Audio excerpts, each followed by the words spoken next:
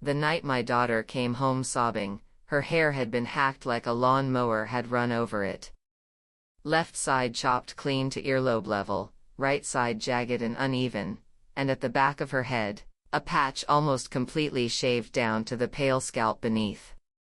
She stood under the entryway light, tears soaking the collar of her school shirt, her lips trembling so hard she couldn't get a single word out. I crouched down to hold her, and she stepped backward, both hands clamped over her head like she was guarding whatever remained. My sister was still doubled over laughing by the party entrance, one hand braced against the doorframe, the other clutching her stomach. Tears of laughter streamed down her face. She turned to whoever was standing nearby and said, "Doesn't she look like a cat that got shaved?" My mother stood off to the side, lemonade in hand. She glanced at Ella's head, then said, airy and dismissive, "Well, now she won't steal the spotlight." I picked up my daughter and walked out. Didn't say a word. Behind me, Brittany's voice carried, "Hey, where are you going? We haven't even cut the cake." My mother's followed, "Caitlin, don't be so dramatic." Behind them, the low murmur of 20-something relatives trading whispered comments. Lily and her pack of friends cackling. I walked across the grass, through the gate, buckled Ella into the passenger seat, started the engine, and pulled away. I didn't look back at any of them. Not once. But I made a promise to myself in that moment. I was going to settle this score. Every last cent of it. 6 o'clock the next morning, my parents started pounding on my front door. My mother's palm slapped against the wood loud enough to wake the whole block. My father's fist joined in behind hers, thud after thud, shaking the entire house. I'd already put the chain on. The security camera above the door was running. My phone's voice recorder was on. I'd installed all of it when I first moved to this neighborhood. A single woman with a child needs to be prepared for anything. Now it was paying off.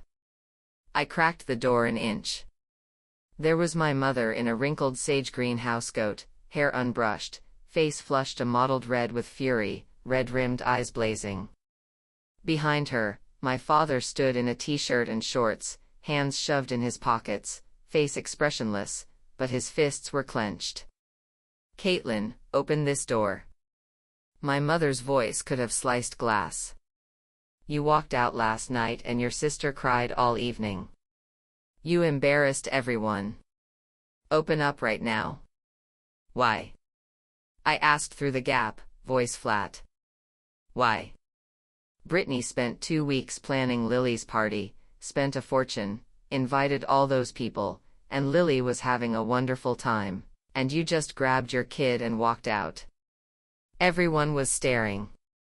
Do you have any idea how that made me look? Ella's hair got cut off, I said. Hair, hair, hair.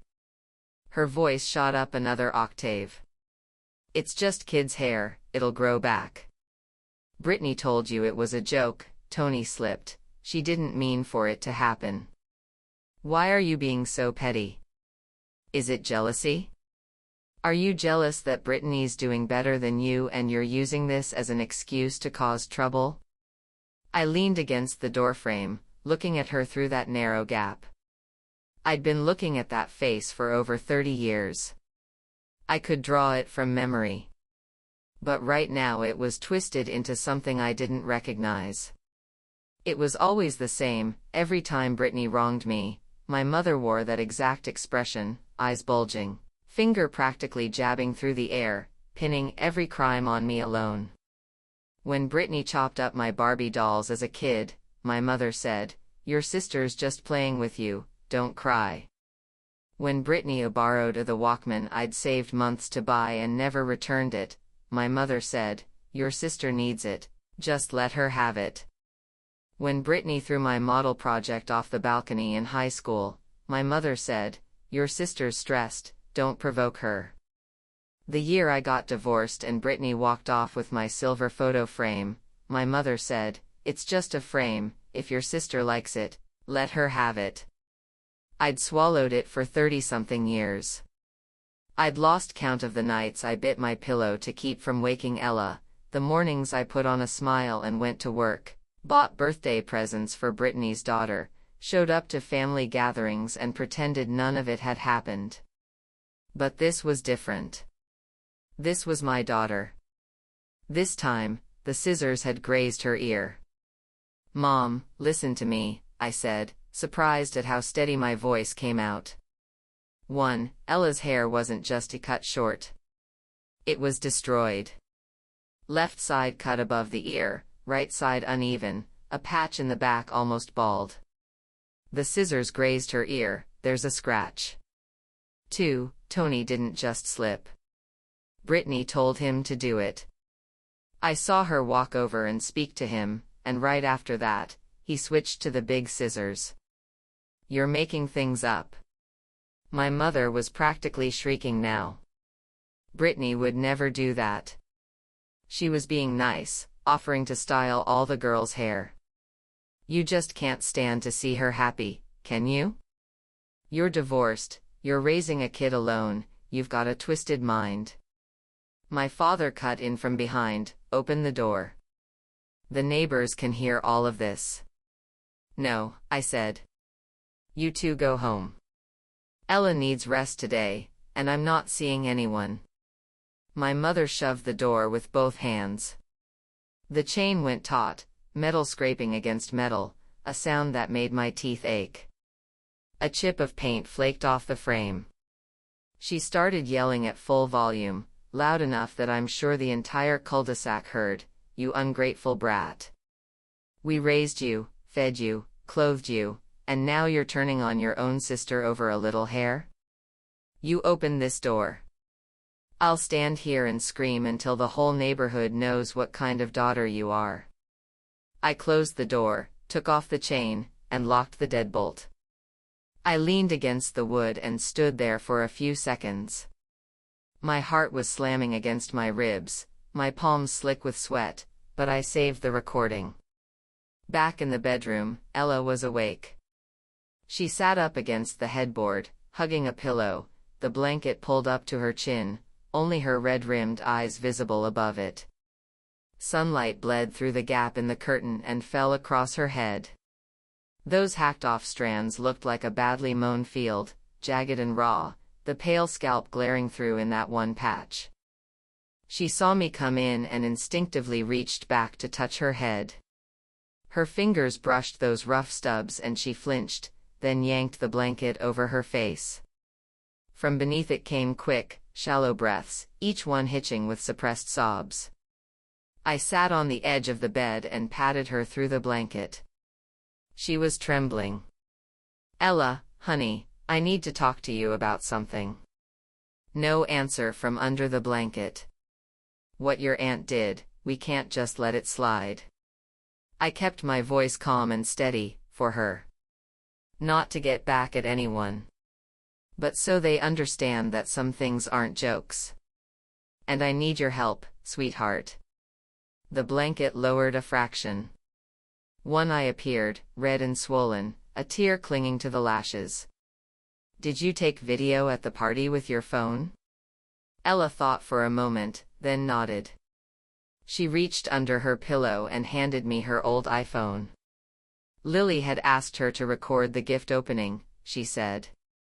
She'd stood by the pool holding the phone for a few minutes. After they cut her hair, she'd set the phone down on the table beside her. I scrolled to the last 3 minutes of the video and froze. The footage showed the lawn after I'd walked away with Ella. Brittany bent down and began gathering the scattered golden strands from the grass. She picked them up carefully, even retrieving the shorter pieces that had blown a few feet away. When she'd collected everything, she pulled a clear plastic bag from her pocket, stuffed the hair inside, and sealed it. Then she walked to the garage, where a lockbox sat next to the gardening tools, an old steel footlocker with a combination lock. She crouched, spun the dial, popped the lid, dropped the bag inside, and snapped the lock shut. She patted the lid when she was done, like she was saying, "Mission accomplished." Ella's camera had caught her face the whole time. You could even make out that self-satisfied smile at the corner of her mouth. I backed the video up to my cloud drive and gave Ella her phone back. "She collected your hair," I said. "Why?" Ella's voice came muffled from under the blanket. Because to her, this was a trophy. Like some people collect stamps, some collect coins, she collects moments when she's humiliated someone. She locked your hair away so she could look at it later and remember how good it felt. Ella was quiet for a few seconds. I could feel her balling her fists beneath the blanket. "Mom," she said at last, pulling the cover down to show her whole face. Her eyes were still puffy, but there was something new in them, a kind of hardness I'd never seen before. "I'm never going to Aunt Brittany's house again." "Okay," I said. I reached out and smoothed the broken fringe away from her forehead. She flinched when my fingers brushed those coarse stubs, but she didn't pull away. "You don't have to. And I promise you, she will never touch your hair again." That morning, I went to work. Each step I took was like setting a piece on a chessboard. I was going to win this game. First, I drove Ella to the community clinic.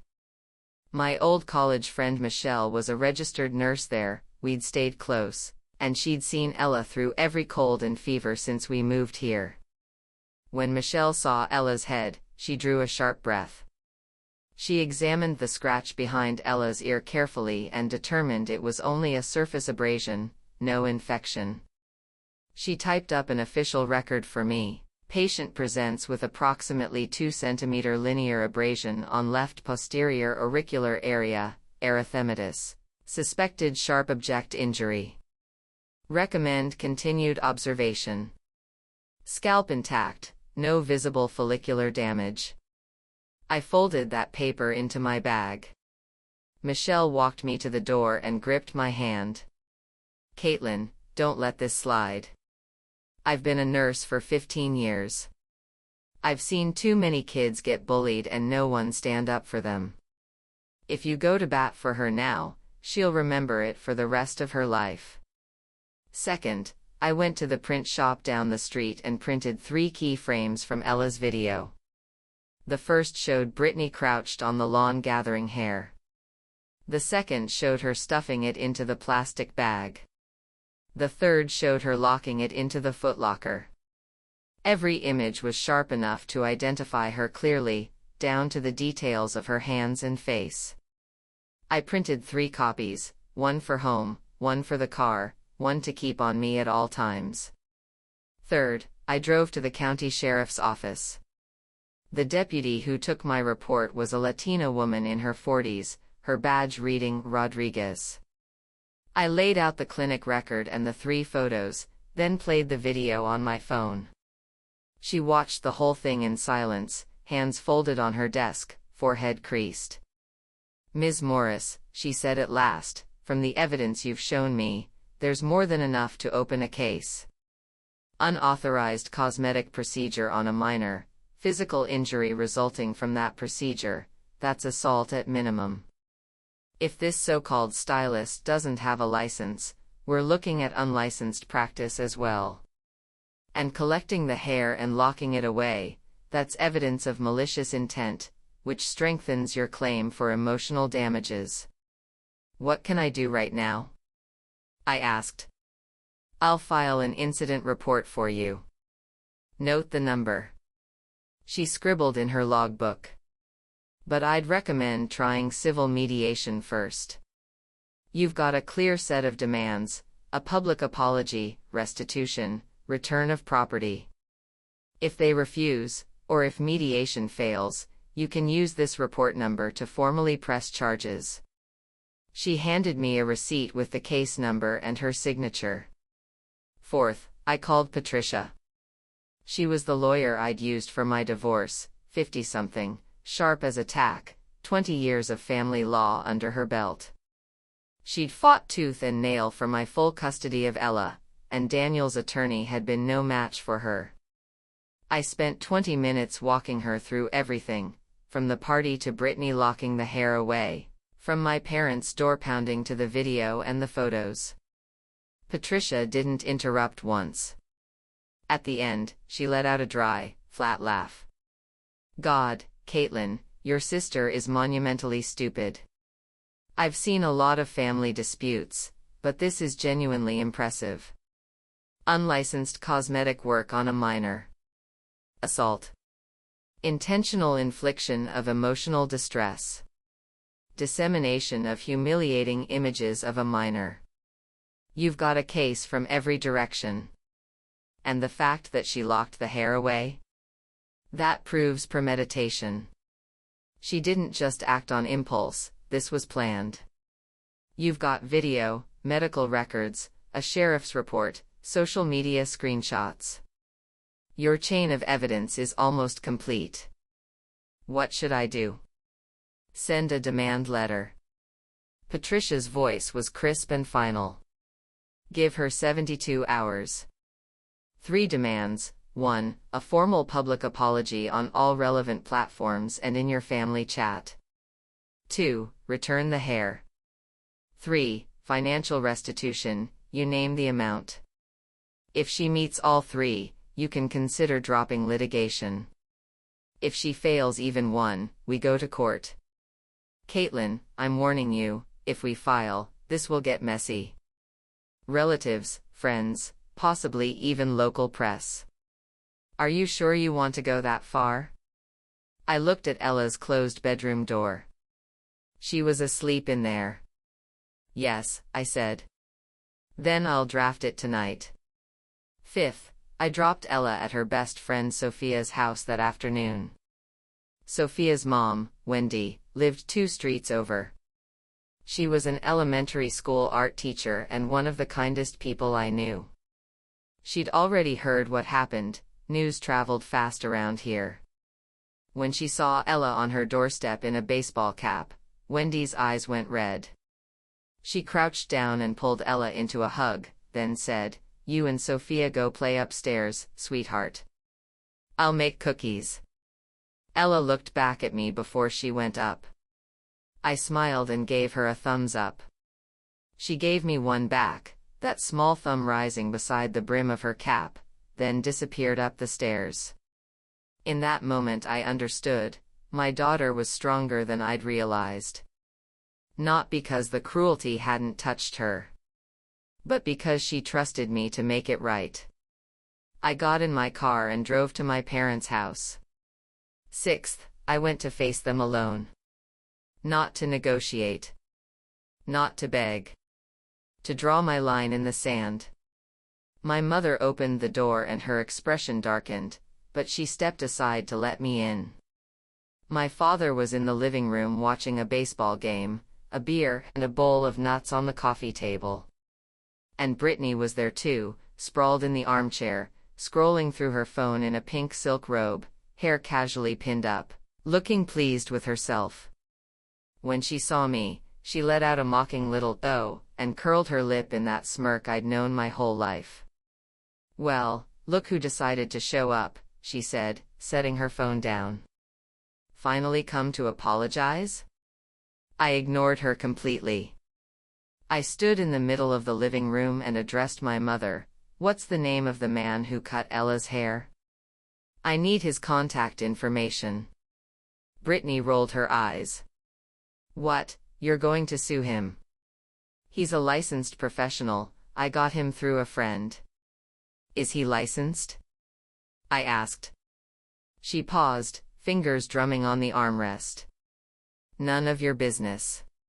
"Is he licensed?" I repeated it slower, louder, every syllable distinct. My mother cut in, "Caitlin, stop making trouble. Tony was doing you a favor, styling your daughter's hair for free." "A favor?" I yanked the clinic record out of my bag and slapped it on the coffee table, jabbing my finger at the line about the abrasion. "The scissors cut her ear. That's a sharp object injury, according to a medical professional." Is that a favor? If he's unlicensed, I'm reporting him to the state cosmetology board and he'll never work in this field again. And if you think the sheriff's office won't take a case involving an adult touching a minor without permission, think again. The room went quiet for a beat. Brittany sat up straighter, her smirk gone. She looked at my mother, who looked at my father. My father lowered the volume on the TV and turned to face me. "Caitlin," he said, low and slow, "don't blow this out of proportion. We're family. Family." I folded the paper back into my bag and met his eyes. Family is when you hold down an 11-year-old and cut her hair for a joke? Family is when you lock the hair in a box as a souvenir? Family is when you post photos of her online so her classmates can laugh at her? Tell me, Dad, how does any of that have anything to do with family? Brittany shot to her feet, her voice cracking into a screech. "You've been spying on me? Who the hell do you think you are?" Ella's phone recorded everything. I cut her off, calm and steady. Every detail. You picking up the hair. You bagging it. You locking it in that footlocker. And I know the combination is still your birthday, Brittany. You've never changed it. Did you honestly think no one would ever find out? The room went dead silent. My mother's face cycled through shades of red and white, her mouth opening and closing as she looked between us. What box? What combination? Brittany, why did you take Ella's hair? Brittany bit her lower lip, fingers twisting in her robe. I didn't want hair all over the lawn, it would have been messy. Messy. I laughed, and even I could hear how cold it was. Then why lock it in your footlocker? That's not a trash bin, Brittany. That's your trophy case. My shredded diary you fished out of Mom's attic. My first paycheck necklace you borrowed and never returned. The silver frame you took from my apartment after my divorce. And Aunt Susan's pearls, and Michael's watch, and Richard's brother's whiskey. Shut up. Brittany shrieked, her voice climbing into something almost inhuman, her face blotchy with tears that hadn't fallen yet. You're lying. You've lost your mind, Caitlin. You're bitter because you're divorced and miserable. Then call Tony right now. I stepped toward her. Put him on speaker and ask who told him to switch to those scissors. Let's hear it. Brittany stumbled backward, bumping into the arm of the sofa and nearly losing her balance. My mother was shouting, "Brittany, tell me what's in that box." Mom, don't listen to her. She's just jealous.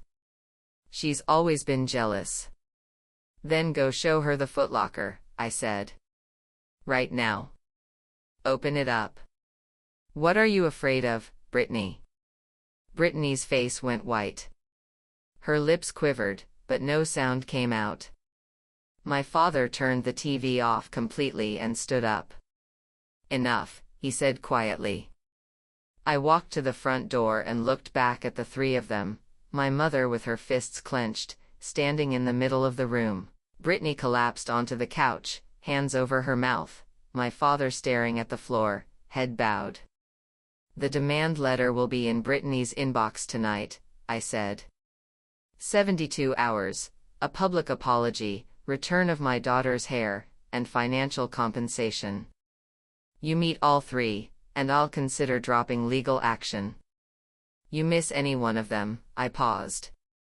I'll see you in court. I stepped outside. The June sun beat down on the asphalt, burning through the soles of my shoes. I got in the car, closed the door, and rested my forehead against the steering wheel for a long moment, breathing deep. My shirt was soaked through with sweat, clinging cold to my skin. My palms were sticky with it. In the rearview mirror, I saw my parents' house, that gray two-story I'd grown up in, every window and brick and the half-dead geranium on the porch all achingly familiar. but it looked like a stranger's house now. I drove away. On the way home, I pulled over and sat at the curb for 10 minutes. I was afraid. Of course I was afraid. My parents had spent 30-something years teaching me that Britney came first. Every time we clashed, I was the one who apologized. The old litany, "You're overreacting, you're too sensitive, just let your sister have this one," had been drilled into me so long it felt like part of my skeleton. Every time I tried to push back, that bone ached. But this wasn't about me. This was about Ella. And this time, the scissors had grazed her skin. If I backed down now, if I let them sweep this under the rug, there was no telling what Britney would do next. I gripped the steering wheel and pulled that old bone out by the roots. Over the next 3 days, Britney made no move. But my phone never stopped ringing. My mother called 17 times. I didn't answer any of them. She filled up my voicemail with messages ranging from, "Caitlin, calm down," to, "Britney knows she made a mistake," to, "If you sue your sister, I'll disown you." Each one more frantic than the last. I saved every single one. My Aunt Susan sent a text, "Caitlin, I understand you're upset, but Britney's having a hard time too. Don't be too hard on her. Let's all sit down and talk this through like a family." I didn't reply. My cousin Michael posted a "let's all take a breath" emoji in the family group chat and tagged me.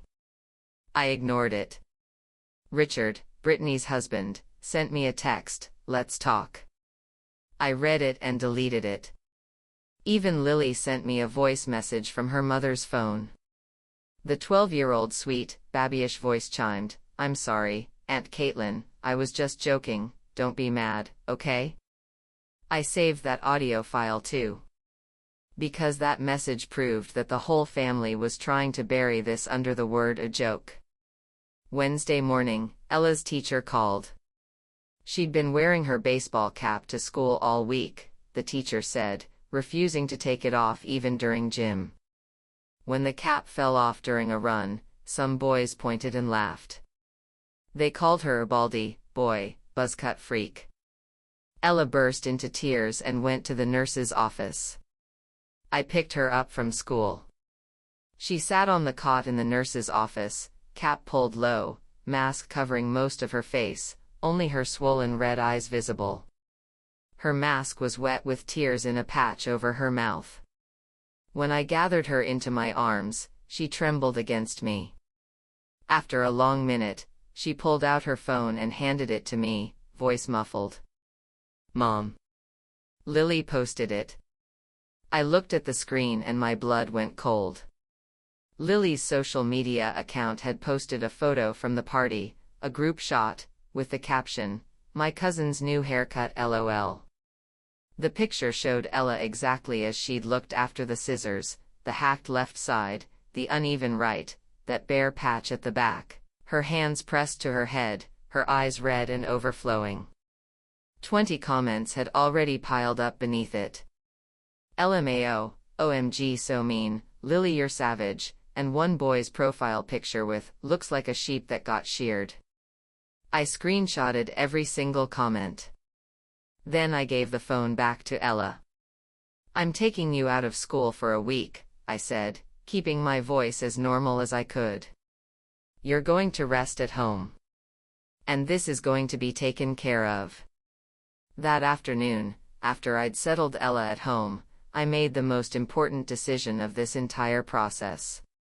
I sat at my desk and laid everything out in front of me, the clinic record, the 3 printed photos, the sheriff's case receipt, the screenshots of Lily's post, the transcripts of my mother's voicemails, Britney's and Richard's texts, Lily's voice message. I checked each piece, then scanned and packaged the whole file and sent it to Patricia's email. I called her. "File the lawsuit," I said. "Assault on a minor. Unlicensed cosmetic practice. Dissemination of humiliating images of a minor. Hit her with everything we've got." Patricia was quiet for a moment. I heard her keyboard clicking. Let me check the third one for you. California Penal Code Section 647 covers dissemination of private images without consent, and minors are especially protected. Your niece is a minor, but her mother is the responsible adult and the organizer of the event. She's liable. Caitlin, I'm asking one more time, are you sure? Filing officially means subpoenas, court dates, possibly media. This leaves the family sphere entirely. I'm sure. But I'll give her one last chance. Send the demand letter tonight. 72 hours, public apology, return of the hair, financial restitution. Meet all three and I'll consider dropping the case. Miss any one, and we go to court. How much restitution? I thought for a moment. $10,000. Yes. Patricia whistled. Reasonable. Enough to hurt but not so much it looks like extortion. I'll draft it tonight and send it tomorrow morning. The demand letter arrived in Brittany's inbox at 9 o'clock Thursday morning. Patricia copied my parents and me. The subject line was formal, the body structured in 4 sections: incident summary, legal basis, demands, and deadline. The final line, in bold, please comply with the above demands within 72 hours. Failure to do so will result in immediate legal action without further notice. By 2 o'clock that afternoon, Lily's social media post had been deleted. But I had the screenshots. Friday evening, 6:40, my doorbell rang. I looked through the peephole, Brittany alone. No makeup, hair in a messy low ponytail, gray sweats, old slippers. Her eyes were red and puffy, her nose the same. She stood on my doorstep without ringing again, arms crossed over her chest, looking like a flower left out in the sun all day. I opened the door, but I didn't step aside to let her in. She stood in the doorway, the sunset painting her amber and her shadow stretching long across the steps. When she spoke, her voice was raw, like she'd been crying for hours. Caitlin. Mom opened my footlocker today. I leaned against the doorframe and said nothing. Everything was in there. She sniffed, wiping at her eyes with the back of her hand. Your journal, your necklace, the photo frame, the little glass figurine I took from your apartment 2 years ago. Aunt Susan's pearls. Michael's watch. Richard's brother's bottle of whiskey. Her voice faded to almost a whisper by the end. Then what? I asked. Mom screamed at me for 4 hours. Brittany's tears started flowing freely now, tracking down her cheeks and falling onto the chest of her gray sweatshirt. She called me a thief. Said I was a disgrace. Dad didn't say a word the whole time. Finally he stood up and went into the bedroom and slammed the door so hard the windows rattled. And what did you think of what they said? She was quiet for a long moment. The only sounds were the distant drone of a neighbor's lawnmower and her own watery breathing. Finally, she nodded, barely. Yes. They were right. You told me you never meant to hurt Ella, I said. But you did hurt her. Because you decided that, keeping her from standing out, was more important than how she felt. Brittany, you're 38 years old. You have a 12-year-old daughter. What were you thinking when you locked my things in that box? What were you thinking when you locked Ella's hair in there? What were you thinking when you let Lily post that photo online? I didn't tell Lily to post. You made her think it was funny. You made her think bullying her cousin was entertaining. That's worse than if you'd done it yourself. Brittany's shoulders caved. She slumped against the doorframe, like her legs were about to give out. I got the demand letter, she said, voice barely audible. Mom said if you take me to court, Dad will transfer the house, the one we're living in, into Lily's trust fund. It's still in Dad's name right now. He says Lily can inherit it when she's 18, but only if I fix this. And how are you going to fix it? I'll apologize publicly. She looked up at me, tears catching the sunset light, glittering. In the family group chat. On all my social media. I'll post a statement saying I planned it, that Tony was unlicensed, that the procedure wasn't done with your permission. I'll apologize to Ella directly. I'll pay you. I'll give you the hair. And Lily, I said. She needs to delete the post and post a clarification that it was inappropriate and removed. If she posts anything else about Ella, any photo, any comment, I'll contact the school and the district. This is her one chance. Brittany nodded frantically. I'll talk to her. I promise. She reached into her pocket and pulled out a clear plastic bag. Inside it was the golden mass of Ella's long curls, tangled and matted, coiled into a messy clump like discarded yarn. For years of careful morning brushing, of pride, of something my daughter had loved, all stuffed into a Ziploc bag. I took it from her. My hand trembled slightly. The bag was cold, but the hair inside almost felt warm. I don't want the money, I said. Use it to get Lily into therapy. Teach her empathy. Teach her boundaries. If you can't afford it, I can recommend some community resources. Brittany's lips moved, like she wanted to say something, but she just nodded. And Tony's license information, I said. I need it. If he's unlicensed, I'm reporting him to the state board. I'm not letting him cut any other kid's hair. She nodded again. She turned and walked down the steps, her gait unsteady, almost tripping on the last step, catching herself on the railing. She stopped at her white Mercedes in the driveway and looked back at me for a moment. Her lips parted, like a sorry was forming. But she didn't say it. She got in and drove away. I closed the door and leaned against it, the plastic bag's sharp edge pressing into my palm. I held it there until my nails left marks in my skin.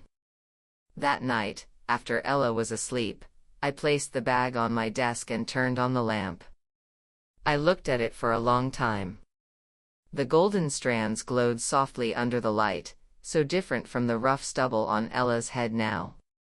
I put them in a small tin box and set it on the highest shelf of the bookcase. Beside it, Ella's first baby tooth, the lopsided family portrait she'd drawn in kindergarten, the most improved certificate from 3rd grade. Some things get locked away. Some things grow back. Sunday night, the family group chat exploded. Brittany posted a long message, nearly 1,000 words. She admitted to everything. I acted out of unhealthy competitive feelings and jealousy. I directed an unlicensed individual, Tony Rodriguez, to cut Ella's hair without permission. The procedure was mishandled and caused both physical and emotional harm.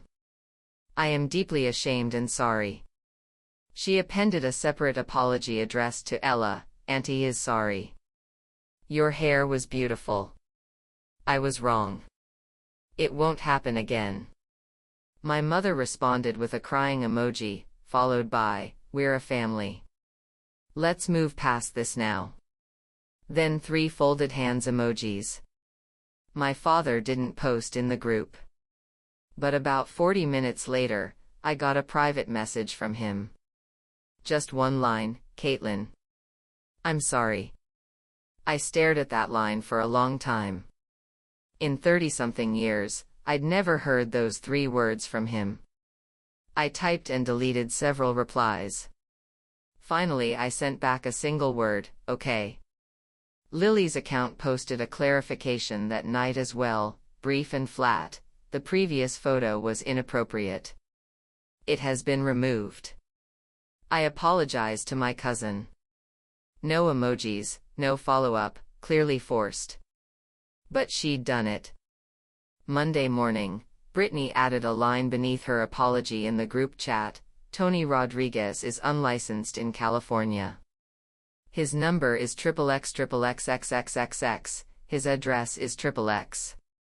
I've terminated all contact with him. Caitlin, you can submit your complaint now. I screenshotted that too. Tuesday morning, I submitted Tony's full name, number, and address to the California Cosmetology Board's online complaint system, attaching the sheriff's case number and selected evidence. An auto-reply came back: your complaint has been received. Investigation will take approximately 4 to 6 weeks. Results will be provided in writing. 2 weeks later, I got the final response: Tony Rodriguez had no cosmetology license, in violation of California Business and Professions Code Section 7316. He was fined $5,000 and permanently banned from practicing any cosmetology-related profession in California. Any further violations would result in criminal charges. I wasn't surprised by the outcome. What surprised me was what happened next. Tony, furious at being shut out of his entire career, started posting on social media: I was just following orders. The employer told me to cut it short. Why am I the only one getting punished? He tagged Brittany in every post. Comments flooded in by the hundreds: evil aunt, vicious witch, you're a monster. Someone dug up Brittany's social accounts and started posting on every photo: remember your niece's hair? Brittany went ballistic in the group chat. Dozens of messages: are you happy now, Caitlin? You destroyed Tony and now everyone's coming after me. This is what you wanted, isn't it? You wanted to ruin me. I replied once: did you think about this before you told him to cut her hair? She didn't respond. Then Aunt Susan posted a voice message in the group. I clicked on it and leaned back in my chair.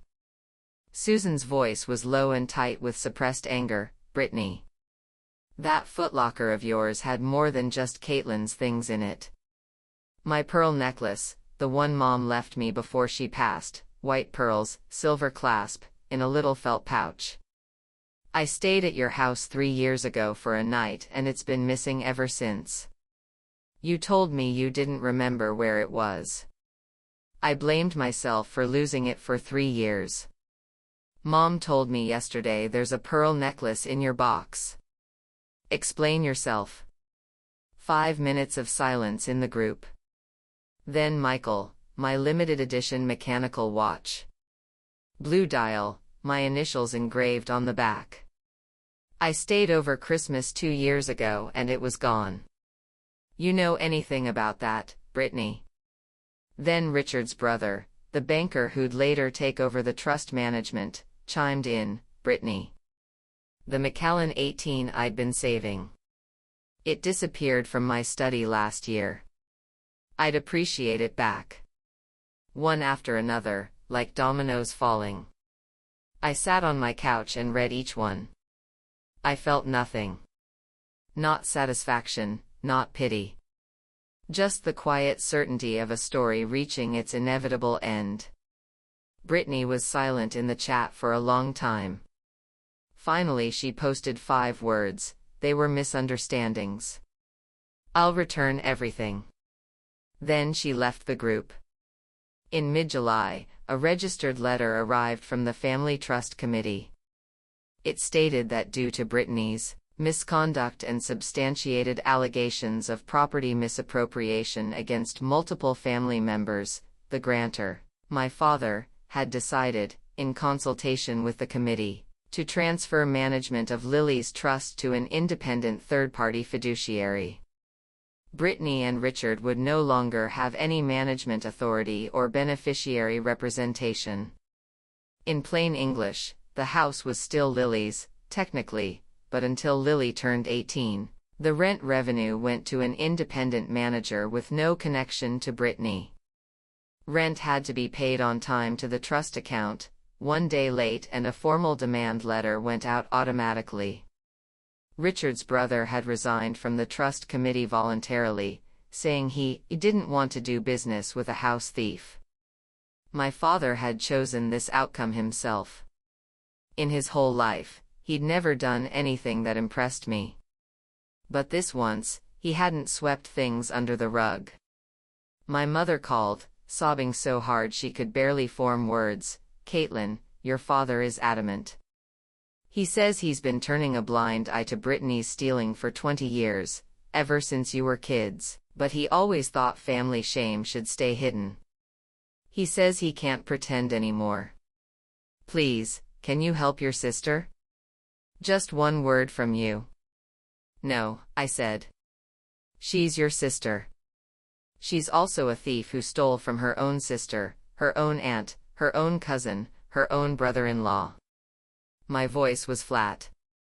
"You should have stopped her 20 years ago, Mom. What do you expect me to do now? Help her keep stealing? Help her keep cutting other people's hair? Help her keep getting bailed out?" There was a long silence on the other end. Finally, my mother let out a sigh that sounded like it aged her a decade. "You're right. I didn't raise her right." It was the first time in my life my mother had admitted she'd failed with Brittany. I'd waited 30-something years to hear those words. But when they came, I felt nothing. In early August, Brittany's social media accounts vanished entirely. Word had spread through her circle, the gym buddies, the party crowd, and nobody wanted to associate with someone accused of theft and child cruelty. Her carefully curated brunch photos and poolside gatherings and vacation snapshots were all gone. Richard stopped showing up at family events. He'd been quick to brag about new construction contracts and new cars, but now he was silent. Mid-August, Ella's birthday. I threw her a small party, just her 2 teammates from volleyball, Sophia, Wendy, and our neighbor Marjorie from downstairs. 7 people total. We grilled hot dogs and roasted marshmallows in the backyard and bought a small chocolate cake from the bakery. Ella's hair had grown back quite a bit. The stubble had become inch-long fuzz, and Aaliyah had helped shape it into a bob that brushed her ears. She wore a headband and looked cute as anything. She ran around the yard with her friends, soaking wet from water balloon fights, not caring at all. When she got tired, she collapsed on the steps with marshmallow on her cheek, laughing so hard her eyes became crescents. At cake time, she closed her eyes and pressed her palms together, her lips moving in a silent wish. Afterward, I asked her what she'd wished for. She shook her head solemnly. "It won't come true if I tell you," then leaned in and kissed my cheek. "But I know you'll make it happen anyway, Mom." September, first day of school. Ella's hair had reached her shoulders, but she'd decided not to grow it long again. She'd had Aaliyah cut it into a sleek chin-length bob, wispy fringe at the front, easy to manage. She gave it 2 brushes in the morning and was ready to run out the door. The morning I dropped her off, the sun was blindingly bright. She shouldered her backpack and trotted toward the gate. Halfway there, she turned and waved, her short hair lifting in the breeze, catching the light, glowing gold. I thought of the girl who'd sobbed, "I don't want to go to school anymore," just months ago. My eyes stung, but I smiled. Because she was running so fast, so full of energy, like there was something wonderful waiting for her ahead. And I knew that as long as she kept running, something wonderful would be there. As for the people who cut her hair, who laughed at her, who stood by and watched, I'd stopped caring about them months ago. I heard things through the family grapevine. Brittany was job hunting, Richard was sleeping in the guest room, my father was volunteering at a senior center, my mother had adopted a cat. I'd grunt in acknowledgement and get back to my own life. Because I didn't need anything from them anymore. Happiness. respect, safety. We were building our own. One Saturday in mid-October, I was making coffee in the kitchen while Ella sprawled across the dining table with her art supplies. She was drawing us holding hands in a field of sunflowers, both of us with short hair, both grinning from ear to ear. "Mom," she said without looking up, "I think I want to be a hairdresser when I grow up."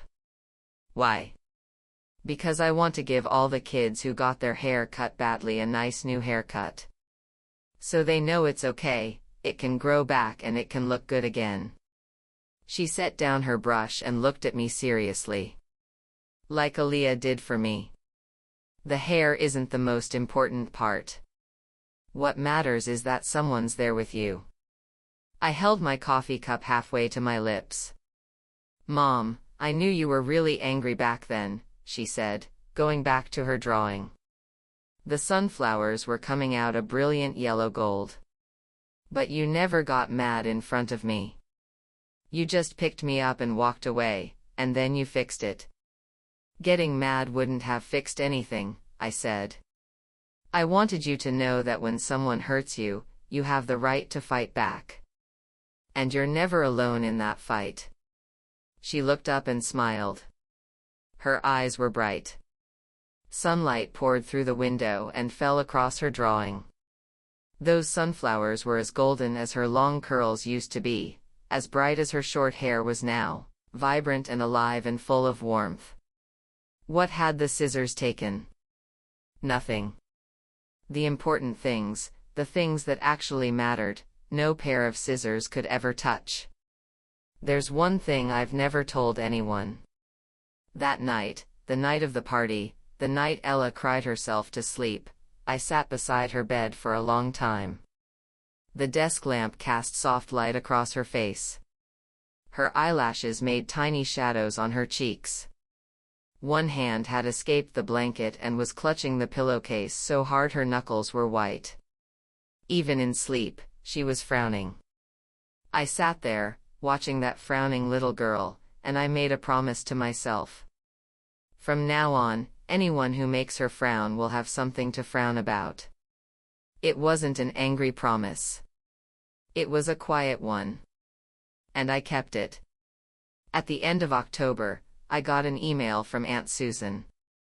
She wasn't much for email, could barely manage texting, so when I saw her name in my inbox, I assumed something was wrong. The subject line said, "Look." The body contained a link to a local community paper's website. I clicked. A short article, maybe 300 words, titled, "Local Woman Accused of Long-Term Property Theft from Family. Trust Fund Management Revoked."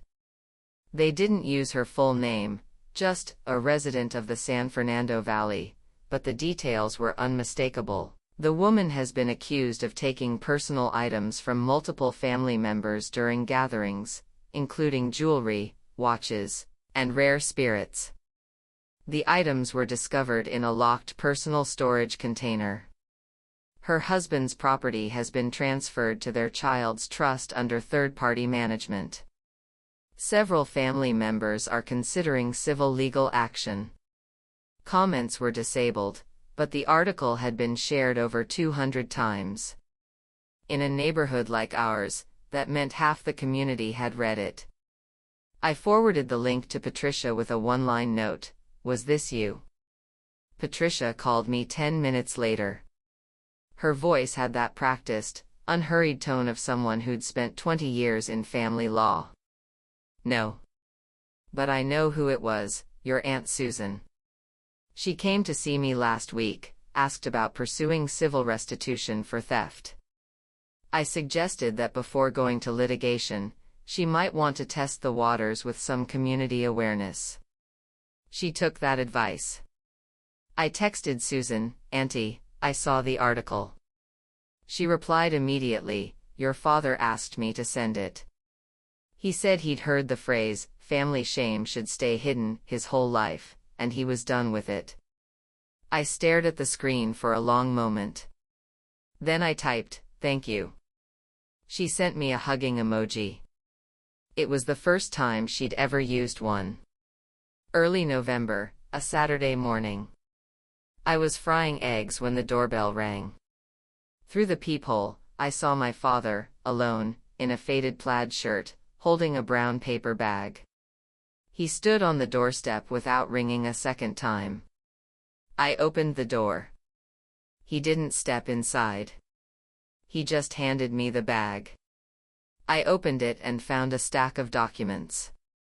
The top sheet was a property transfer letter of intent. The house, that gray two-story where I'd grown up, was being transferred from his name to mine. Dad.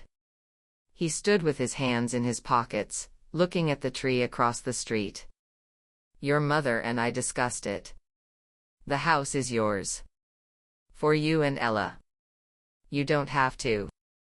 I'm not trying to make things right. He cut me off, his voice low but firm. I'm doing this to protect you from Brittany. She and Richard are headed for divorce. She'll have no house, no savings.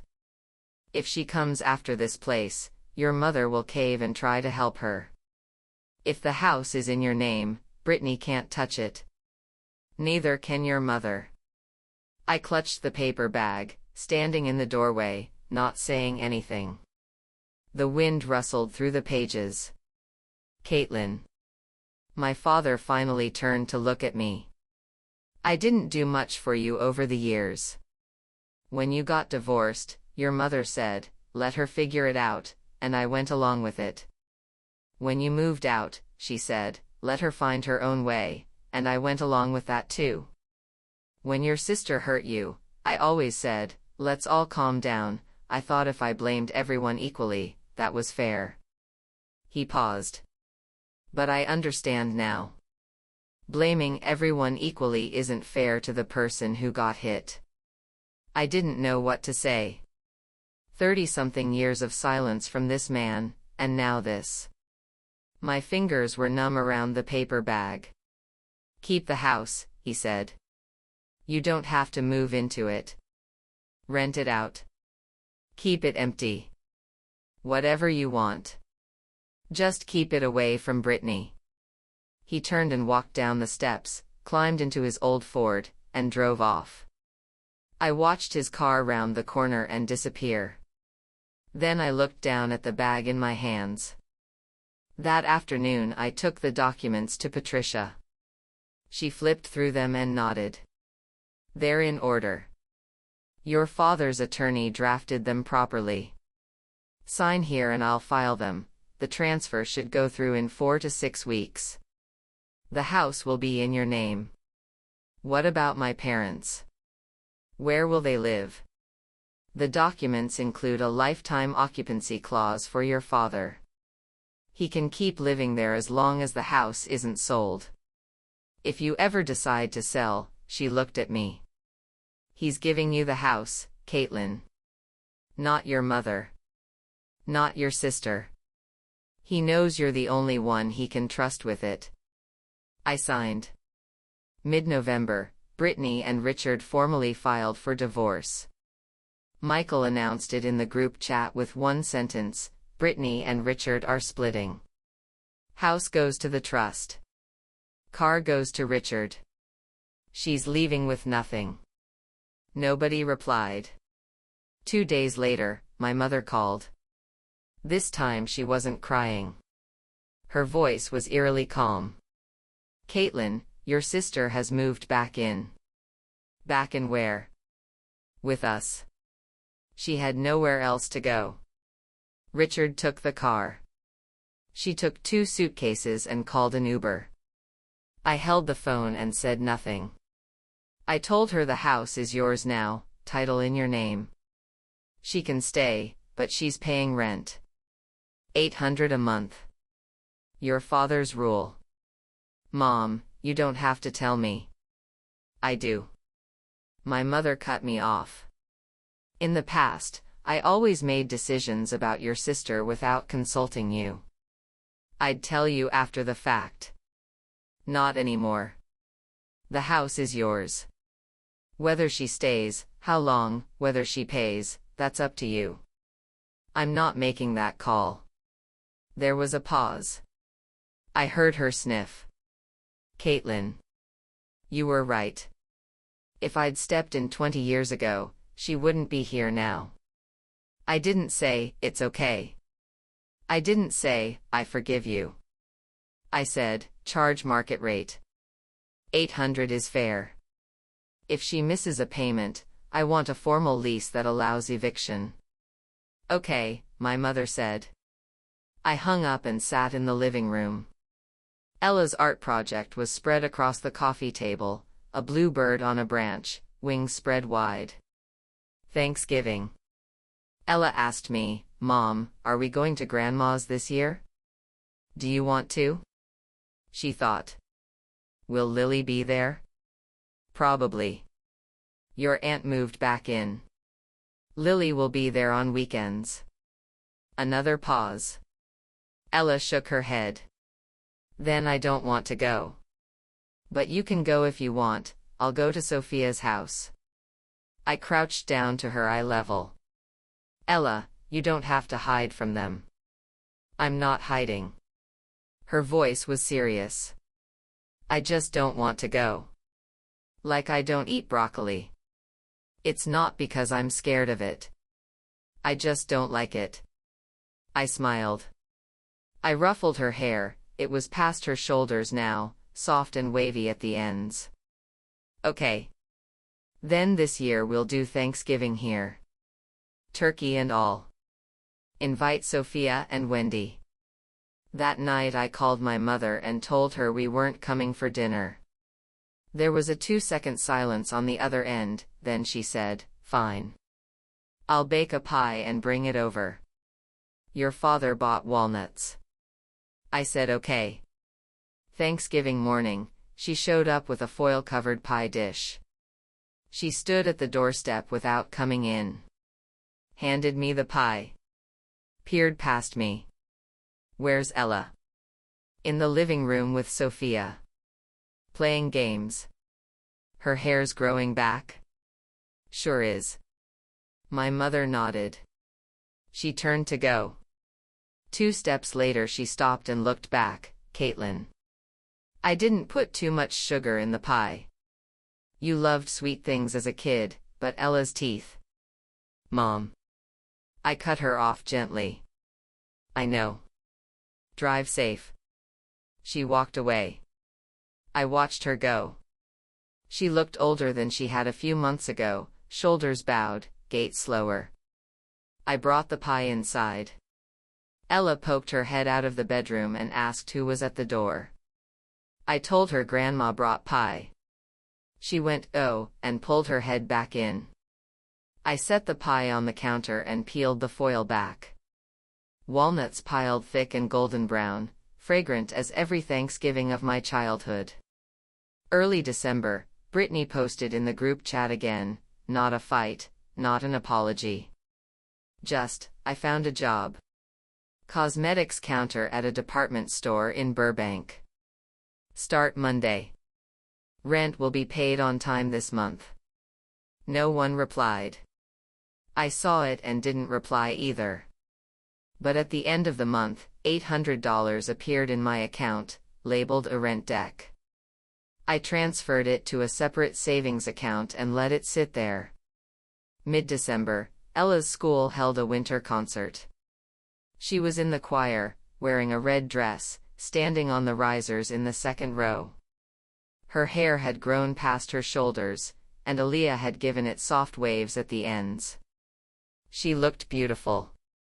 I sat in the audience with Wendy and Sophia. Ella's eyes shone as she followed the choir director's hands. During the second song she glanced toward the audience, spotted me, and gave me a tiny smile before snapping her eyes back to the conductor. Afterward she ran down from the stage and threw herself into my arms. Mom, was I good? I told her she was the best one up there. She laughed and said, You're so biased, Mom, and took my hand as we headed out. At the gate, I noticed a white sedan parked across the street. The window was rolled partway down, and I caught a glimpse of Brittany's profile in the driver's seat. She was watching the school gate.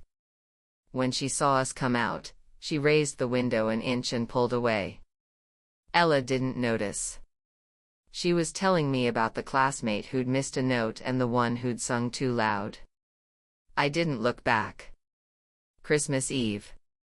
A package arrived in the mail. Return address, my parents' house. Sender, my mother. Inside was a flat box containing a hand-knitted scarf and mittens in soft sky blue wool. There was a card, my mother's crooked handwriting, for Ella. Merry Christmas, Grandma. Tucked beneath the card was a folded note. My father's handwriting, property transfer is complete. New deed arrives next week. Merry Christmas. I took the scarf and mittens to Ella's room. She was curled up reading in bed. I handed her the box. She opened it and blinked, then ran her fingers over the scarf. Grandma made this? Yeah. She was quiet for a moment. Then she wrapped the scarf around her neck and studied herself in the mirror. The blue set off her golden hair beautifully. Mom, she said, still looking at her reflection, can I call Grandma and say thank you? Of course. That evening, Ella video called my mother from my phone. When my mother's face appeared on the screen, sitting on that gray living room couch, my father behind her unwrapping a box of chocolates, Ella turned her head from side to side and said, Grandma, I'm wearing the scarf. Does it look okay? My mother's face froze for a second. Then her lips started to tremble. She nodded hard. Beautiful. It looks beautiful, honey. You look beautiful in everything. Ella smiled. Thank you, Grandma. Merry Christmas. After we hung up, I leaned against the doorframe and looked out the window. Across the street, the neighbors had strung up Christmas lights, red and green and blue, twinkling. My phone buzzed. A private message from an unsaved number, Caitlin. Merry Christmas. I know you probably don't want to hear from me, but I want you to know, I've accepted what happened with Tony. I'll keep paying rent. I'm taking Lily to a therapist. I don't know if you'll ever forgive me. But I won't knock on your door again. Brittany. I read the message for a long time. Then I locked the phone, put it in my pocket, and walked to the kitchen to heat up some milk for Ella. I didn't reply. Not out of spite. I just didn't know what to say. Forgiveness felt like too heavy a word, and I wasn't sure I could define it yet. But I knew one thing, tonight, Ella had smiled at my mother. That smile was real. That was enough. New Year's Eve. Ella spread her art supplies across the living room rug and announced she was making a New Year's card for Grandma and Grandpa. She lay on her stomach, drawing with concentration, while I sat on the couch reading. After a while she looked up. Mom, will next year be better? I put down my book. Better than this year, I said. Will Aunt Brittany ever bother me again? She won't dare. And if she does? Then she'll learn what happens. Ella thought about that, then went back to her drawing. A few minutes later she said, Mom, I don't hate Aunt Brittany. I just don't like her. But I'm not afraid of her anymore. Do you know how I'm not afraid of thunder anymore? I used to be. But now I know it's just noise up in the sky. It can't hurt me. I watched her bent over her crayons, and something in my chest eased. I know, sweetheart. So next year, I want to go see Grandma and Grandpa, she said, looking up. Just to see them. I don't have to talk to Aunt Brittany. Okay, I said. Whenever you want, I'll take you. The church bells from down the street started chiming midnight. Ella had fallen asleep on the couch, one leg dangling off the edge, a green crayon still in her hand. I carried her to bed, tucked her in, and turned out the light. Standing at her door, I looked at her face in the pale moonlight, small and peaceful, her hair fanned out across the pillow in a golden sweep. I closed the door softly and went back to the living room.